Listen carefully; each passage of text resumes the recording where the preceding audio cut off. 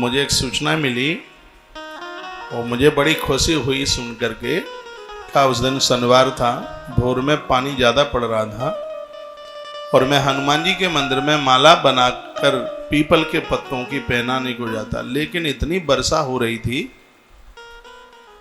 और जाना बड़ा मुश्किल था हनुमान जी के मंदिर तक।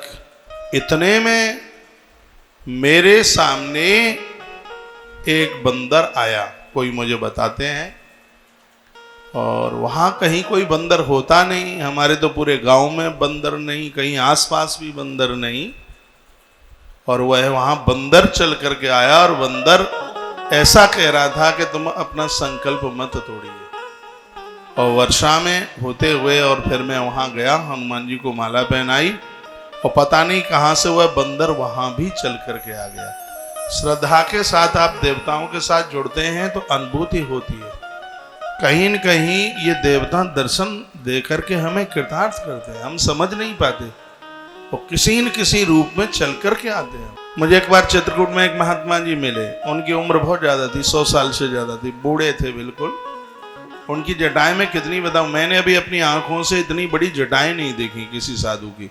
यहाँ से सामने कैमरा दिखाई दे रहा है, बाबा जी की जितनी हाइट उससे 3-4 गुनी ज़्यादा उनकी जटाएं। तपस्वी महात्मा, 109 साल से ज़्यादा उम्र। जानकी कुंड पर मिले थे मुझे, 2009 की बात है।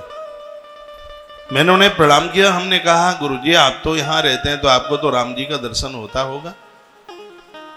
वो रो पड़े, बूढ़ा महात्मा रो पड़ा। मैंने कहा मैंने कोई गलती कर दी है क्या आपको पूछ के? तो कहते हैं बेटा गलती नहीं करी, मैं इसलिए रो रहा हूं कि मेरे राम जी रोज मुझे दर्शन देने को आते हैं, लेकिन ये संसारी आंखें उन्हें पहचान नहीं पाती।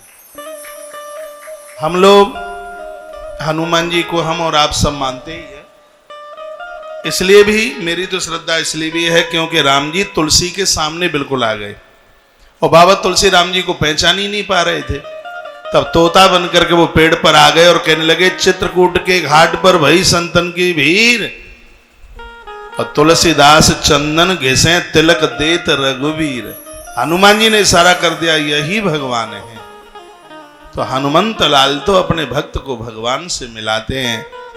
आप श्रद्धा के साथ जिस भी देवता के साथ आप जुड़ जाते हैं, वह देवता निश्चित रूप से हमें हमारा देव दर्शन देता है। तो चित्रकूट में साधु ने कहा मेरे राम जी रोज आते हैं दर्शन देने के लिए, लेकिन मैं क्या करूं, मैं उन्हें पहचान नहीं पाता। और जिन्हें भगवान का दर्शन हो जाता है वो बोलते थोड़े ही हैं कि भगवान जी हमारे सामने आकर के बैठे। बहुत आनंद आता है ईश्वर से जुड़ने पर। जो ईश्वर की चीजें हैं उनसे भी जुड़िए।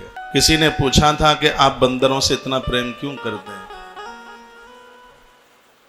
तो मैंने एक पोस्ट डाली थी।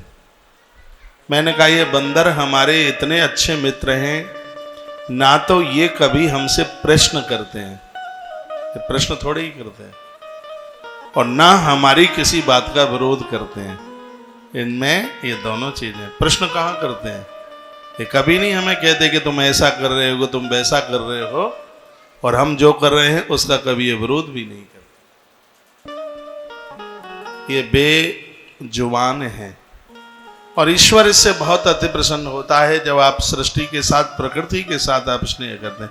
लेकिन आज का यह दुर्भाग्य है, घर के लोगों के साथ नहीं पट रही है। ऐसा क्यों हो रहा है?